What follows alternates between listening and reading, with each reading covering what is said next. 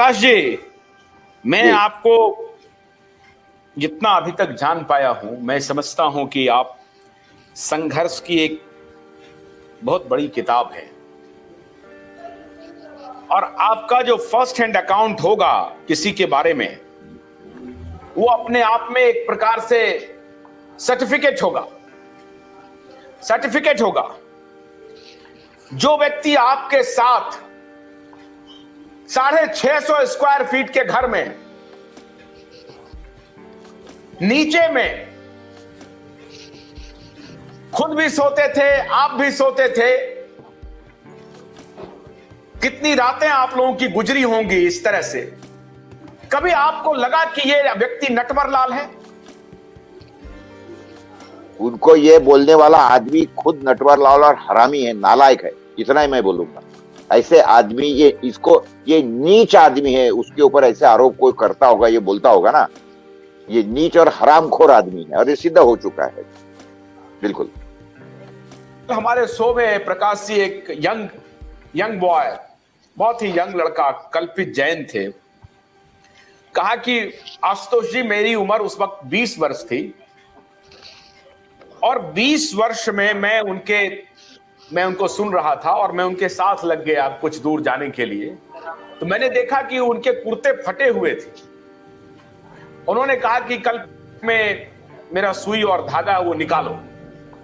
तो कहा, सुई धागा क्या क्या करेंगे आप? तो वो कुर्ता खोल करके अपनी तुरपाई करने लगे और फिर वही कुर्ता पहन लिए वो। और फिर वो अपने भाई के ससुराल गए तो वहां कोई 2 कुर्ता आ गए। किसी ने बता दिया कि इनको कुर्ते फटे हुए हैं। उस व्यक्ति को कहा जा रहा है कि पूरी दुनिया ने धुतकार दिया था, तिरस्कार कर दिया था। मैंने उसे जगह दी, मैंने उसको राजीव दीक्षित बनाया, 25 लाख रुपए उसके इलाज पर खर्चा किया। तो ये सुन करके आपके मन में क्या उठ रहा है?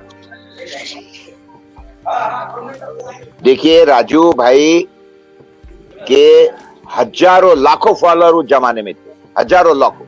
आपने देखा है ना हॉल कैसा खचाखच भरा है। जो अकोला के अंदर राजू भाई कभी आया नहीं थे, वो तो पहला ही लेक्चर था उनका, मैंने अरेंज करवाया था। लेकिन वो पहला लेक्चर होने के बाद में आपने देखा है ना, उस समय पे करीब करीब वो हॉल में 2-2.5 हजार लोग थे। खचाखच हॉल भरे हुआ था। इतना राजू भाई का क्रेज था और इतना राजू भाई के बारे में लोग जानने लगे थे। एक बार समझिए, आप बताइए, देखिए पूरा हॉल खचाखच भरा पड़ा है, खचाखच भरा पड़ा है। हाँ, तो और उसके बाद में ये बोलते हैं कि राजू भाई को कोई जानता नहीं था, पहचानता नहीं था।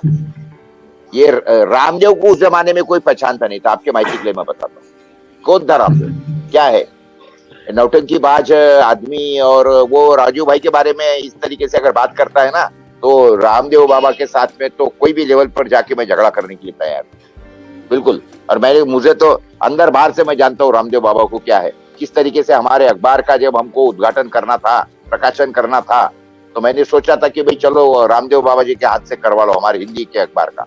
तो मुझे पता है कि रामदेव बाबा ने मुझसे 11 लाख रुपए उद्घाटन पे आने के लिए मांगे थे और उसके बाद में बोला था कि मेरे लिए हेलीकॉप्टर की व्यवस्था करो, प्राइवेट चार्टर प्लेन की व्यवस्था करो। मैंने बता दिया कि भाई ये मेरी औकात नहीं और मैं करूंगा नहीं। भला मैं ला भी सकता हूँ, करूँ भी, लेकिन काय के लिए करूँ मैं तुम्हारे लिए?